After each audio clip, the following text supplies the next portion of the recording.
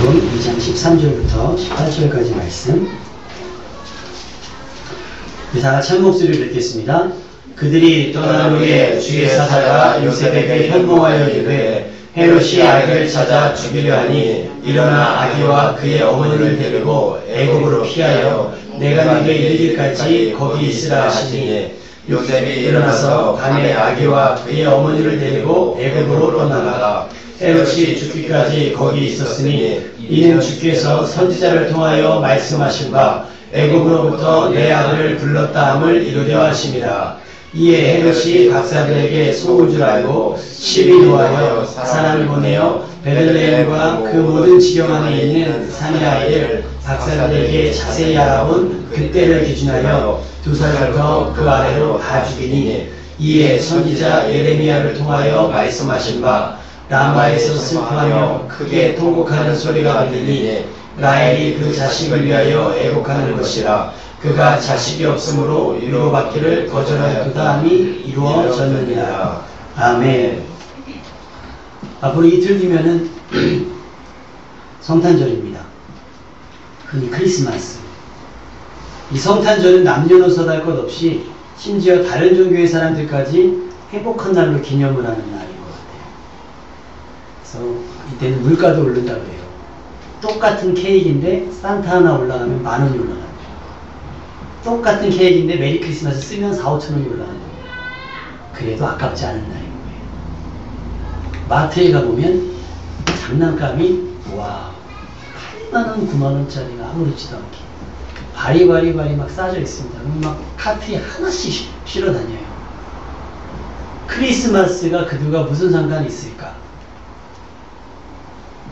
그러면서 사람들이 크리스마스 때가 되면 가장 집중해서 보는 것이 뭐냐? 올 크리스마스에도 과연 나 홀로 집에는 나올 것인가 안 나올 것인가? 추석 때 성령이 나온다면 크리스마스 때는 케빈이 나와야 하지 않을까? 크리스마스를 배경으로 한 코미디 영화잖아요. 아마 저가 굉장히 어린 나이에 그걸 봤는데 너무나 재밌게 봤거든요. 지금 봐도 사실 유쾌하고 재미있습니다. 케빈이 성탄과 무슨 상관이 있을까? 저희도 트리 장식은 했지만 트리와 성탄절은 무슨 관련이 있을까? 산타 할아버지는 뭔가? 성탄하면 떠오르는 것들이 사실은 대표적인 게 뭐예요? 산타와 루돌프입니다. 성탄의 실제 주인공이신 예수님은 안타깝게도 정체를 알 수 없는 빨간 옷을 입은 할아버지, 굴뚝으로 들어가는 그 할아버지, 빨간 코에 하늘을 날기까지 하는 루돌프라고 하는 사슴의 자리를 빼앗겨 버렸습니다. 인지도는 점점 사라지고 이 성탄이 기독교의 절기가 아니라 그냥 빨간 날로, 휴일로 사람들에게 인지되어 있다는 겁니다. 아이들은요, 혹시라도 선물을 못 받을까봐 울지도 못하는 아이러니한 상황. 울면 안 돼. 산타 할아버지는 우는 아이에게 선물을 안 준다는 거예요. 그래서 아이들이 울음을 참아요. 이게 사실은 현실입니다. 저희 다행히도 산타 할아버지가 선물 갖다 줬다고 유치원에서 하면 할아버지요? 산타 할아버지가 선물 갖다 난리가 났습니다. 수빈이도 선물 받았어요? 산타 할아버지한테? 얘기를 해줘도 산타 할아버지는 없어 얘기해줘도 아이들은 내내 듣는 것처럼 이렇게 생각하고 있답니다. 예수님은 실제 나실 때도 빈방이 없어서 초라하게 말고육간에서 나오셨어요. 2000년이 지금 지난 지금에도 십자가 종탑이 수두룩한데도 정작 성탄의 주인공은 예수님은 어쩌면 갈 곳이 없어 마국간을 찾고 계실지도 모르겠습니다. 여러분, 성탄답게 성탄하면, 크리스마스 하면 오직 예수님만 생각이 날 수 있는 여러분의 삶이 되기를 주님의 이름으로 축원합니다. 동방박사는 별을 봤다 그랬습니다. 별을 보고 따라왔어요. 그래서 예수님을 찾았습니다. 그리고 경배했고 자신들의 보배압을 열어서 황금과 유향과 모략을 예물로 드렸습니다. 반대로 헤로당은 동방박사로부터 정보를 얻었어요. 유대인으로 나신 이가 있다. 유대인의 왕으로 오신 이가 있다. 어디 있느냐. 그래서 자기네 박사들, 서기관과 성경학자들을 불러서 도대체 이 얘기가 무슨 얘기냐 들었더니 성경이 이야기를 해주지요. 시기와 장소도 알지 못했던 헤롯은 동방박사들에게 부탁을 합니다. 당신들이 찾는다면 나에게도 일러서 얘기해줘라. 그러면 나도 가서 경배하겠다. 여러분, 상식적으로 동방 박사들이 정보가 많고 빠를까요? 왕이 정보가 많고 빠를까요? 찾고자 한다면 왕이 빠르지 않겠습니까? 찾고자 하는 의지가 눈꽃만큼도 없는 거예요. 모를 수 있습니다. 유대인의 왕으로 나신 이가 누군지 알 필요가 없을 수 있어요. 몰랐을 수 있습니다. 무관심 있을 수 있어요. 그러나 알게 된 지금이잖아요. 알게 된 후부터 지금부터가 문제라는 거예요. 그 소식을 들었음에도 불구하고 유대인의 왕으로 오신 이에 대한 소식을 들었음에도 불구하고 움직이지 않는 것, 그때부터 그것은 타락이고 그때부터 그것은 죄가 시작이 되더라는 거예요. 공부 못하는 건 죄가 아니에요. 못할 수 있습니다.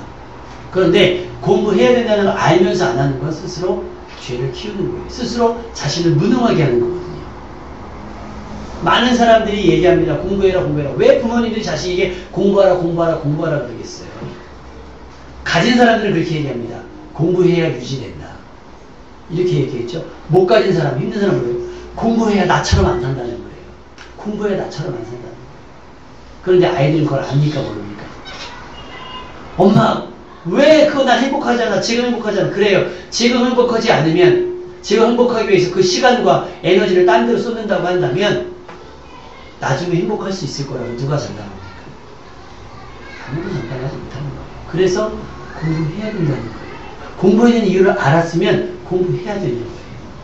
예수님에 대한 소식을 들었으면 지금까지 몰랐던 거 괜찮아요. 용서됩니다. 그런데 예수님에 대한 소식을 들었다면 찾으러 가야 합니다. 찾으러 가야 돼요. 본인의 예배예요. 본인의 경배고 본인의 찬양인 거예요. 제가 우스갯소리로 그런 얘기 하잖아요. 내가 배 아픈데 다른 사람이 가서 대신 응원해 준다고 해서 내가 시원해지지 않아요. 내가 배고픈데 저 사람이 대신 먹어준다 해서 내가 배부르지 않아요. 내가 무식한데 저 사람이 나를 위해서 공부해 준다고 해서 내가 똑똑해지지 않는단 말이에요. 예배도 마찬가지고 기도도 마찬가지고 찬양도 마찬가지입니다. 내가 가서 내가 직접 해야 되는 것이 예배고 찬송이고 기도라고 하는 겁니다. 여러분, 그 주님을 만나기를 힘쓸 수 있는 여러분 되시길 간절히 주님의 이름으로 축원합니다. 그저 앉아서 보여주는 것만 보고 들려주는 것만 듣지 마시고 찾아가셔야죠. 동방박사의 별이 보였다고 한다면 말씀이 육신이 되어 우리 가운데 거하시잖아요. 그것이 예수님이라고 한다면 이제는 예수님은 가셨잖아요. 근데 그 육신이 된 말씀이 우리 가운데 있잖아요. 말씀 속에 다 나와 있어요. 말씀을 통해 찾고 또 찾아야 돼요. 주의 은혜를 찾고 또 찾아야 됩니다. 그래야 예배할 수 있고 경배하고 수 있고 찬양할 수 있어요. 헤롯은 그러지 않았다는 겁니다. 하긴 멀쩡히 살아있는 자신 앞에 왕으로 나신 이가 있다라는 얘기가 충격적이었을 거예요. 기분이 나쁘고 불쾌했을 거란 말이죠. 헤롯은 자신의 구원에 관심이 없었던 거예요. 자신의 구원에도 관심이 없는데 다른 사람의 구원에 관심이 있겠습니까? 우리 주변에는 솔직히 헤롯처럼 여전히 구원에 관심 없는 사람들이 많이 있어요. 어떤 일이 너무 잘나서 구원 같은 거 필요 없다는 사람이 있고, 어떤 일은 삶이 너무 괴로워서 구원을, 영혼에 대한 생각을 하기조차 버거운 사람들이 사실 있어요. 그들에게 동방박사가 전한 복음은 들리지 않는 겁니다. 우리가 전하는 복음 역시 마찬가지인 거예요. 그러니까 상황에 맞게 전할 수 있는 지혜가 우리에게 필요합니다. 무조건 전한다고 해서 그들에게 들리는 게 아니에요. 헤롯 보세요. 박사들 통해서 성경의 근거를 찾았음에도 불구하고 찾지 않아요. 근데 여러분, 한 가지 위로가 되는 건 뭐냐면 우리는 전하는 분이에요. 동방박사처럼 전하는 거지 그들을 회심시킬 책임은 없어요. 우리가 어떤 멋있는 말을 한다고 할지라도 그들은 변화되지 않아요. 우리는 다만 전할 뿐이고, 듣고 결정은 누가 합니까? 그들 자신이 하는 거. 그때부터 구원이나 멸망이나 그들의 선택권, 그들의 몫이 된다라고 하는 거지요. 동방박사나 목자들처럼 뒷거리 받아서 움직이는 자들이 있는 반면에 헤롯처럼 받기를 거절하는 사람도 있습니다. 복음을 전하는 우리의 삶에서 헤롯과 같은 이와 마주하게 되더라도 여러분 당황하거나 겁먹지 마시길 바랍니다. 그저 전할 뿐입니다. 전할 뿐인데, 산타와 캐럴, 선물로 꽉 채워진 크리스마스 들뜬 분위기에서 예수님의 나심이 그들에게는 불쾌할 수 있다는 게 좀 마음이 아파요. 예수님이 나셨습니다. 아기 예수님이 나셨습니다. 사실은 구세공도 사실은 교회잖아요. 근데 구세군 12월 크리스마스 뭐가 생각납니까? 레미밖에 생각이 안 나요. 딸랑딸랑 불우한 이웃밖에 생각이 안 나요. 복음이 우선이 아니어서 안타깝습니다. 굳이 해야지요. 그래서 구세군을 교회가 아닌 무슨 이렇게 단체로, 후원 단체로 하는 사람들이 사실 있는 거예요. 그래도 감사하죠. 교회 나와서 헌금하진 않을지라도 길거리에서라도 이렇게 가난한 사람을 도울 수 있으니까 감사하지만 성탄이 이런저런 이유로 해서 점점 가려진다라고 하는 사실, 복음이 그들에게 불쾌하고 그들에게 거슬린다고 하는 것 자체가 마음이 아플 뿐입니다. 우리를 사랑해서 인간의 몸으로 입고 오셨는데 자신이 나실 곳조차 없었고 사시는 동안에 머리 둘 곳도 없었다고 말씀하시는 주님, 또 모두가 보는 앞에서 가장 초라하고 비참한 모습으로 최후를 맞이하시기까지 우리 예수님은 그렇게 살았단 말이죠. 단 한순간도 예수님은 자신의 인기나 명예를 위해서 구하지 않고 살지 않으셨습니다. 어쩌면 예수님은 지금도 자신과 상관없는 이 크리스마스에 자기가 계실 곳을 찾아서 마구간이라도 들어가 계시지 않을까 싶습니다. 이곳에 우리 주님이 오셨으면 좋겠습니다. 아멘입니까? 여러분의 삶에 우리 예수님이 오셨으면 좋겠습니다. 어떻게 해야 될까요? 우리 교회가 비록 화려하진 않지만, 우리의 삶과 형편이 화려하고 풍성하진 않지만 예수님이 모실 만한, 예수님이 들어오실 만한 마구간과 같은 곳이 되었으면 좋겠다는 생각을 해보았습니다. 동방박사를 통해서 예수님의 나심에 대한 소리를 들었어요. 헤롯 왕이. 그러나 전혀 찾으려 하지 않았죠. 그런데 시간이 지나다 보니까 동방박사가 올 때가 됐는데 안 온 거예요. 못 찾았나? 그래서 알아봤더니 동방박사가 도망간 거예요. 계시하심을 따라서 글로 가면 너희들 죽으니까 도망가라고 해서 딴 데를 피했잖아요. 그것을 알았던 헤롯은 화가 났죠. 분노했습니다. 그리고 동방박사에게 물었던 그 시기를 전후해서 자세하게 기준에서 계산을 해봤더니 2살쯤. 그래서 헤롯이 명령을 내립니다. 2살 아래의 사내 아이들을 다 죽여라. 이게 2000년 전 성탄절에 일어났던 사건입니다. 소설이 아니라 역사적으로 일어난 사건입니다. 얼마나 많은 아이들이 죽었는지 모르겠습니다. 그 숫자를 파악한들 어떤 의미가 있겠습니까? 하루아침에 자식을 품에 묻은 부모들의 심정, 그 어머니의 심정을 누가 위로할 수 있겠습니까? 아기 예수님이 나신 날은 화려하지도 않았고 크게 환영받지도 않았고 이렇게 소란스럽지도 않았어요. 오히려 그 주변으로 슬퍼하며 크게 통곡하는 소리가 들렸을 것 같아요. 얼마나 많은 아이들이 이유도 알지 못하는데 죽음을 맞이했을까? 얼마나 많은 부모가 아이를 지키기 위해 몸부림쳤을까? 이것이 어쩌면 독생자를 이 땅에 보내셨던 하나님의 마음이 아니었을까라는 생각을 해봅니다. 이런 날에 우리는 파티를 합니다.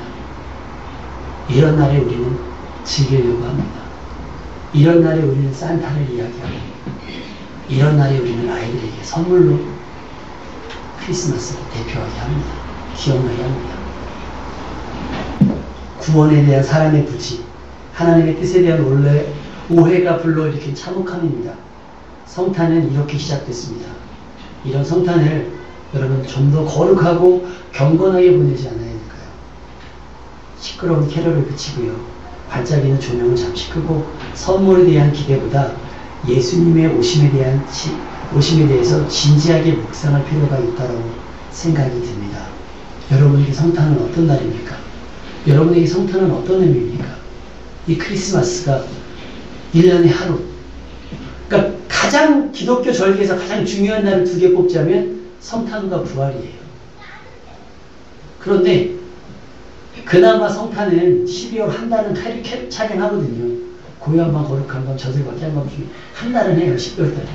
부활주일은 단 하루예요. 단 하루. 그리스도인들만 오심도 초라하고 다시 사심도 초라하고, 여러분의 삶이 무엇을 드려야 되고 여러분의 삶이 무엇으로 말미암아 감격해야 하는지를 다시 깨달아 할 수 있는 여러분 되시기를 주님의 이름으로 축원합니다. 이 모습을 보고서 생각을 해봤어요. 언제냐면 출애굽 시킬 때 모세 때 생각을 해봤습니다. 구원자를 보내셨던 예수님이잖아요. 하나님이잖아요. 하나님이 모세를 보내셨을 때 상황이 비슷해요. 그때도 사내 아이는 다 죽이려고 했잖아요. 다 죽였어요. 그래갖고 그 10개라는 영화를 보면 그냥 애기 우는 소리가 나면 문을 그냥 탁 들어가서 애기를 그래서 찰나서 찔러서 죽이는 장면이 나오네요. 영화가 그 정도로 한다면 실제 하다보면 얼마나 참혹하고 얼마나 가슴 아픈 일이겠어요. 그런데 하나님은 그 와중에 모세를 살리시잖아요. 근데 한편으로는 그런 생각이 들었어요. 무슨 생각이냐면 왜 하나님은 그 아이들을 살리지 않으셨을까?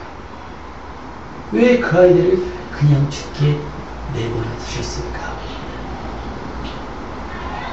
그런 고민 안 해보셨어요?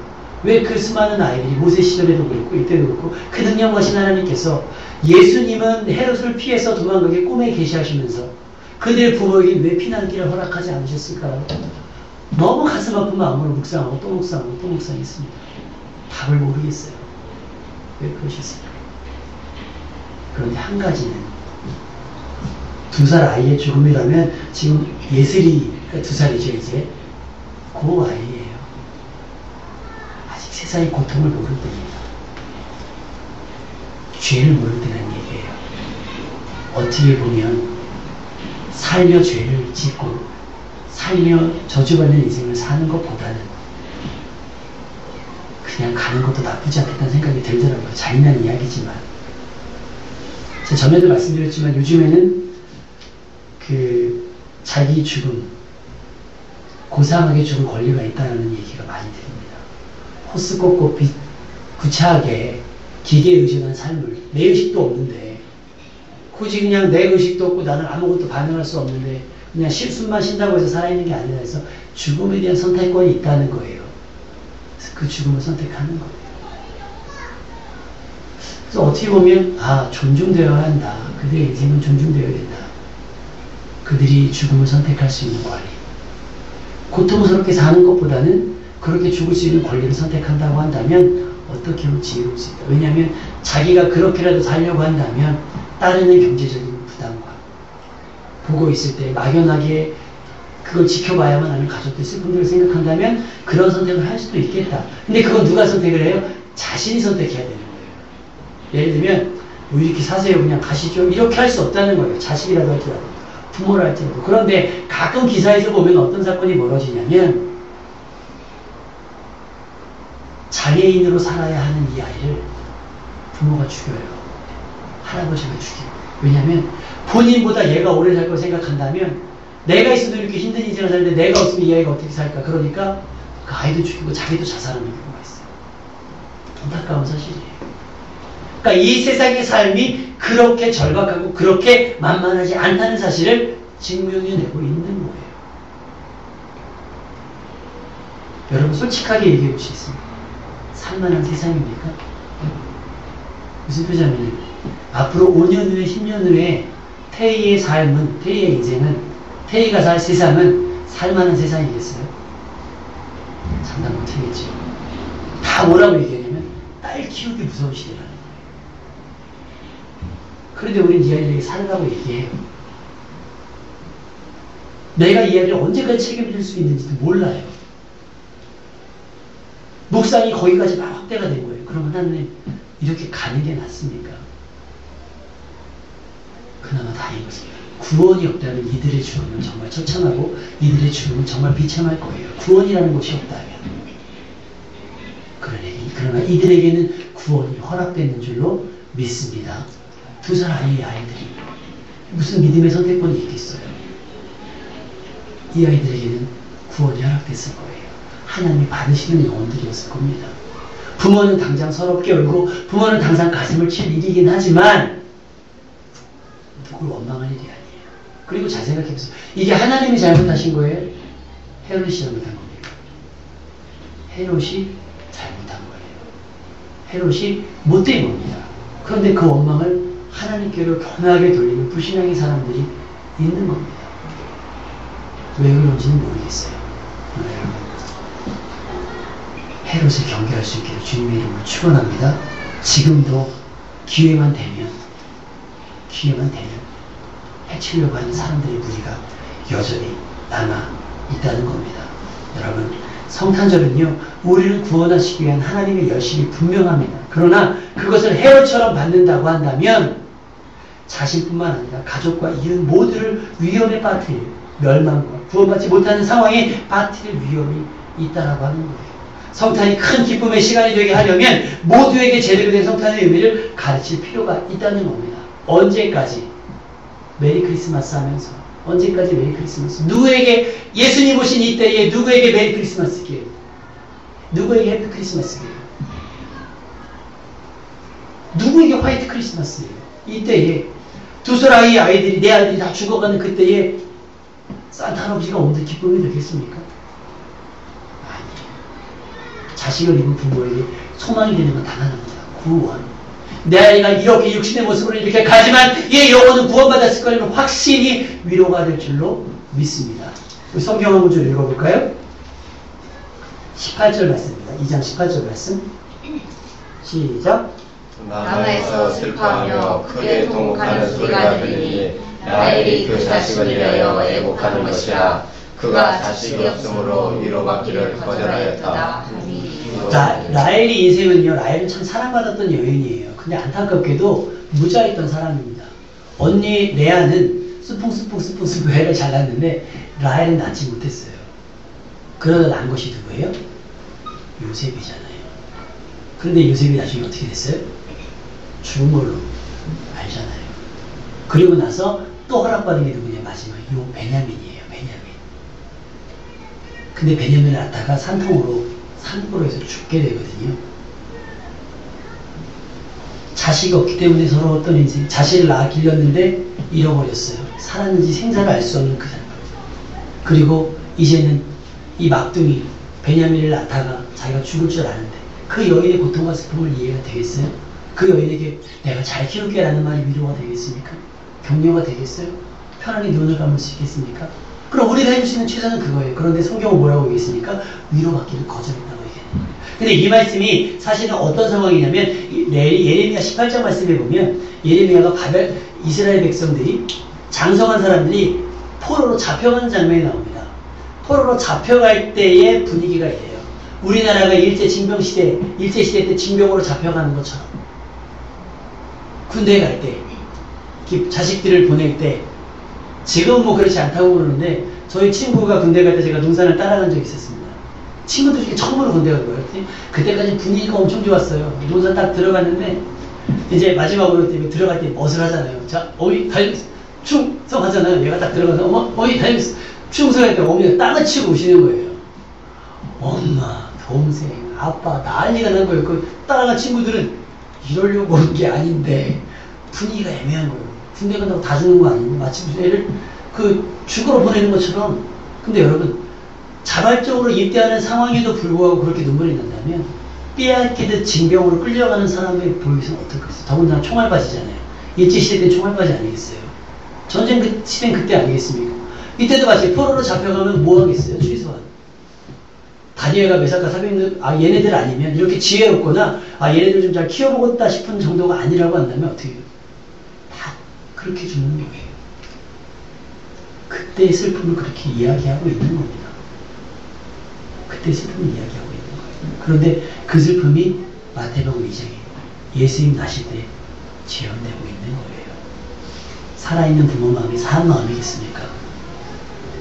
어린 나이 자식을 한 사람의 폭정으로 말미암아서 잃은 부모의 심정이 그 나라에 살고 싶겠어요. 그래서 우리나라의 그 시랜드 사건인가 그 화성 어디서 화재 사건 났을 때 사실 수습이 아름답게 되지 않았던 걸로 제가 기억을 해요. 그래서 한 가정에 이민을 가셨습니다. 이 나라에서는 더 좋지 살 수가 없다. 이 나라에서는 더 좋지 살 수가 없다. 그래서 간 거예요. 그 마음 아니겠어요? 자식을 잃은 부모의 심정이. 그런 날이 크리스마스란 말이에요. 그런 날이 성탄절이었다는 거예요. 축제의 날이 아니에요. 부활은 축제의 날입니다. 죽었다 살아난 거니까 이건 축제잖아요. 죽었다 살아나니까 축제잖아요. 그런데 이 날은 죽기 위해서 오신 날이라는 말이에요. 어떻게 축제가 되겠냐는 거죠. 우리는 그냥 모르니까 이 날이 축제라고 어차피 예수님이 다시 살아나실 걸 아니까 축제지만 이들 부모님, 예수님을 맞이했던 그때 당시 그 2살 아래 자식들 갔던 부모님의 입장에서는 축제가 아니었어요. 차라리 뭉치지 말지 왜 하필이면 이때 오셨습니까? 오시더라도 좀 더 늦게 오시지. 부정 고통이 없은 다음에 오시지. 우리 아이가 2살을 넘겨 3살 때 오시지. 왜 그때 오셨습니까? 근데 그때는 우리가 정할 수 있는 날이 아니잖아요. 받아들여야지 어떻게 하겠습니까? 그래서 그렇게 침울하게 보내자는 건 아니에요. 구원의 날입니다. 소망의 날이긴 합니다. 그러나 우리가 너무 들떠서 본질을 잃어버려서 견공과 거룩함을 잃어버릴까 두렵다라고 하는 거예요. 저도 성탄 선물 샀습니다. 아이들 줄 거. 왜 안 샀겠어요? 상처받을까봐 삽니다. 그러나 계속 얘기하는 게 뭐냐면 그거 산타 할아버지 주식이 아니야. 하나님이 너희들 이쁘다고 그 산타 할아버지 신부를 보낸 거야. 산타 할아버지는 대단한 할아버지가 아니라 그냥 심부름꾼이야. 적어도 이렇게는 가르쳐줄 수 있어야 되지 않겠어요? 빨간 옷 입고 나타나니까 뭐 부정할 수는 없겠지만 근데 교회들마다 막 산타 할아버지 제가 다니는 교회마다 우리 선생님들은 아시겠지만 제가 있는 교회마다 산타는 다 죽습니다. 전에 있던 교회 혹시 성탄절 표 기억납니까? 무찌르자 산타 처부지사 루돌프. 예배드리기 전에 12월달 기억나죠? 무찌르자 산타 처부지사 루돌프 막 이런 구호를 외쳤어요. 그래서 한 번은 선포를 했습니다. 크리스마스 때 산타는 없습니다. 선물 없습니다. 니네 생일이야? 왜 니네가 선물 받아? 애들이 멍찐 거예요. 왜냐면 제일 선물 크게 받는 게 3번 있잖아요. 크리스마스, 부활절, 어린이 주일. 근데 제일 큰 선물을 받을 수 있는 크리스마스 선물 안 준다고 하니까 의미를 쫙 설명했어요. 그래서 너희들이 선물을 가지고 와야 돼. 동방박사 선물을 받아갔어. 드리고 갔어. 성경대로 가신 거예요. 선물을 드리고 간 거예요. 그랬더니 한 집사님 가족이 은혜를 받으신 거예요. 그래서 아이들이 설득한 거예요. 그래서 아이들이 성금을 헌금해가지고 그걸 아이들이 탁 해가지고 헌금을 다 드렸어요. 선교사님으로 오신 그 외국인 분한테 탁 드렸어요.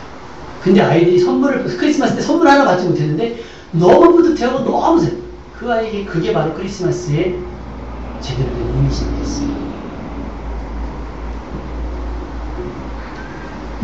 성탄이 계속해서 산타와 루돌프, 트리와 선물, 연인들의 데이트 등으로 가득하게 용인되어진다면 마지막 날 어쩌면 헤롯 시대에 들었던 슬퍼하며 크게 통곡하는 소리가 그때보다 더 크게 들리게 될지도 모른다라고 하는 겁니다. 심판의 날, 구원의 날에 방주 밖에서 울부짖는 이들의 소리를 한번 상상해 보십시오. 얼마나 그 방주의 벽을 긁어댔겠습니까? 얼마나 살려달라고 문을 두드렸겠습니까? 노아는 열 수가 없다는 거예요. 노아는 열 수가 없어요. 열려 있을 때에 아직 닫히지 않았을 때에까지 우리가 전할 수 있는 겁니다. 성탄절이 바로 그런 복음을 전하기 너무나 좋은 날 아닙니까?